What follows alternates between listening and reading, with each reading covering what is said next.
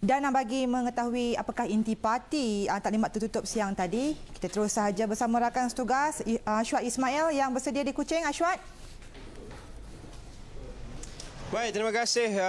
Bisa di bilik berita untuk awal 7.45 ini dan pastinya tumpuan graviti kuasa politik tanah air terarah ke Bumi Kenyalang ini dan jika diperhatikan berdasarkan pada pertemuan tertutup di antara Menteri Dalam Negeri Datuk Seri Dr. Ahmad Zahid Hamidi dan juga kepimpinan tertinggi negeri Sarawak ini yang dikatakan berkisar tentang pilihan raya negeri, ia menyentuh tentang pelbagai aspek keselamatan, landscape politik itu sendiri, hal ehwal semasanya dan juga mengenai pilihan raya negeri dan pastinya Kementerian Dalam Negeri sentiasa bersedia sekiranya ada pilihan raya maupun tidak ada pilihan raya.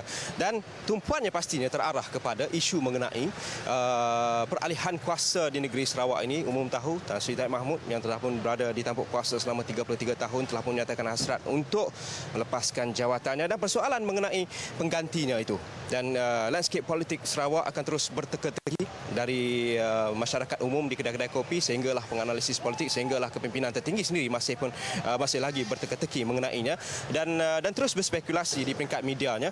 Dan antara perkara yang paling menjadi perhatian adalah di mana Tan Sri Dr. Taib Mahmud sendiri telah pun menyatakan untuk melepaskan jawatannya dan antara perkembangan terbaru berdasarkan kepada temu bual bersama beliau oleh pihak media yang mengasak persoalan mengenai bila dan bagaimana, siapa persoalan-persoalan asas ini. Dan pastinya Tan Sri Taib Mahmud tadi ada bercakap mengenai 15 hari bulan ini, Sabtu ini, beliau akan bertemu dengan TYT yang di Pertua Negeri untuk menyerahkan ataupun menyerahkan senarai nama pengganti dan juga untuk menyerahkan surat peletakan jawatannya.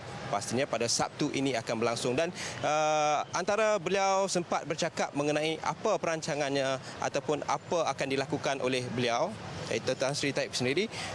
Ikuti sedikit sedutan antara apa yang beliau katakan sebentar tadi. Silakan.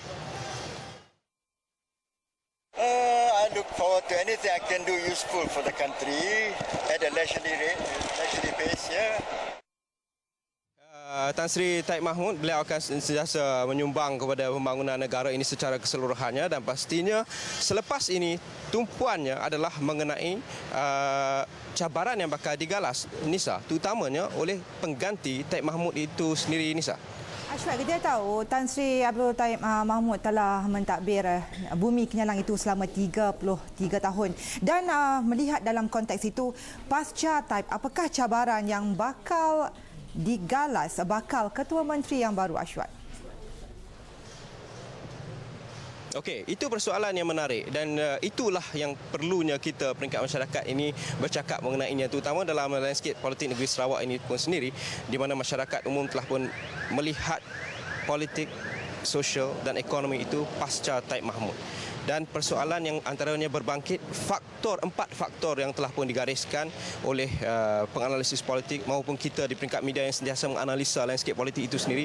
Pertamanya mengenai cabaran menguruskan hal ehwal dalaman parti iaitu interparti. Cabaran kedua adalah mengenai intraparti, mengkonsolidasi kuasa antara PBB dan juga parti-parti lain yang ada sedikit sebanyak masalah ibarat kocakan air dalam secawan kopi itu sendiri, terutama yang melibatkan parti-parti komponen seperti SUPP dan SPDP. Dan yang ketiga mengenai pentadbiran hal ehwal negeri. Ini perkara penting yang mana faktor yang ketiga ini pecahnya dua. Pertamanya mengenai antara dasar-dasar yang selama ini dilihat bermasalah seperti isu tanah dan ini perlu diselesaikan. Ini yang bakal digalas oleh kepimpinan baru negeri Sarawak ini.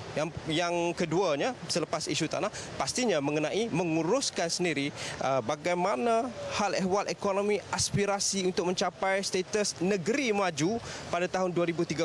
Kita umum tahu dengan projek koridor diperbaharui tenaga, diperbaharui skornya yang mampu menjana berbilion ringgit dan itu akan menyentuh tentang perkara agihan ekonomi antara masyarakat setempat itu sendiri yang kita umum tahu lebih daripada 27 etnik berada di Sarawak ini dan pengurusan hal ehwal pentadbiran ini harus menguruskan etnik itu sendiri.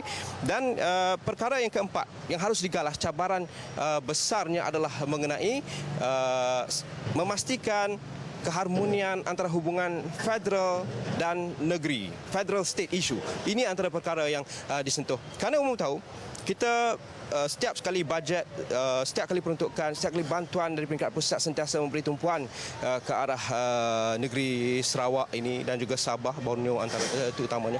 Apabila bercakap mengenainya, perkara yang disentuh, kita ingin tahu adalah bagaimana ingin mencapai status negeri maju itu sendiri dan mempercepatkannya, kerana negara meletakkan sasaran 2020 sebagai sebuah negara maju, sementara Sarawak meletakkan sasaran 10 tahun selepas itu iaitu 2030.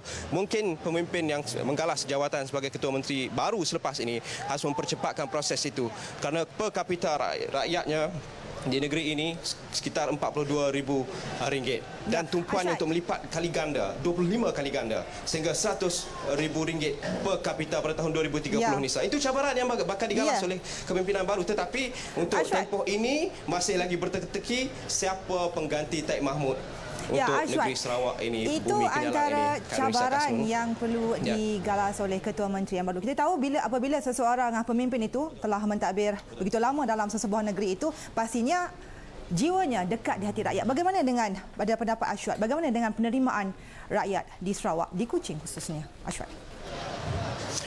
Okey, berdasarkan kepada cakap-cakap politik sejak saya sampai di Sarawak ini, apabila saya mula kerja semalam dan semalam juga saya sampai di bumi Kuching ini, saya bercakap dengan beberapa orang, ini rakyat biasa, tidak berada di dalam parti politik ataupun sebagainya. Beberapa nama yang disebut, di mana senarai yang telah pun dikemukakan oleh Tan Sri Taib Mahmud itu sendiri, di mana 3 nama, tapi saya melihat hanya 2 nama besarnya, iaitu Datuk Amar Awang Tengah Ali Hassan dan juga Datuk Abang Johari Oping. 2 nama besar ini yang mendominasi ketika ini. Dan juga tidak lupa pada Tan Sri Adnan Satim, 3 nama besar ini akan sentiasa diperkatakan sehingga Sabtu ini. Dan mereka-mereka ini secara umumnya mendapat penerimaan yang baik dalam kalangan masyarakat, terutamanya dalam konteks pengurusan negeri dan juga mempunyai kapasiti yang kuat, mempunyai hubungan yang kuat serta pengalaman di peringkat pusat. Dan ini antara perkara yang sentiasa dititik beratkan oleh masyarakat. Tetapi yang paling penting adalah cabaran dalam mengagihkan kekayaan negeri Sarawak itu sendiri dan pada masa sama memastikan setiap segmen etnik itu sendiri mendapat apa yang perlu mereka dapat, dan pastinya mereka sentiasa gembira dengan apa yang mereka dapat, dan itulah yang sedikit sebanyak bakal memberi impak ataupun implikasi positif terhadap ekonomi politik negeri itu sendiri.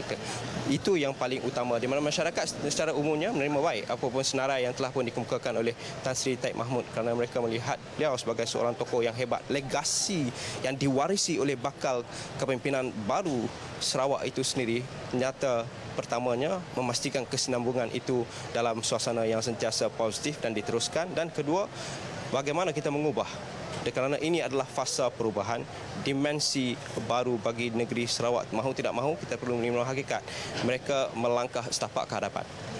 Terima kasih Ashwat, terima kasih dengan maklumat yang dikongsikan sepanjang hari ini apa yang berlaku di Kuching, Sarawak.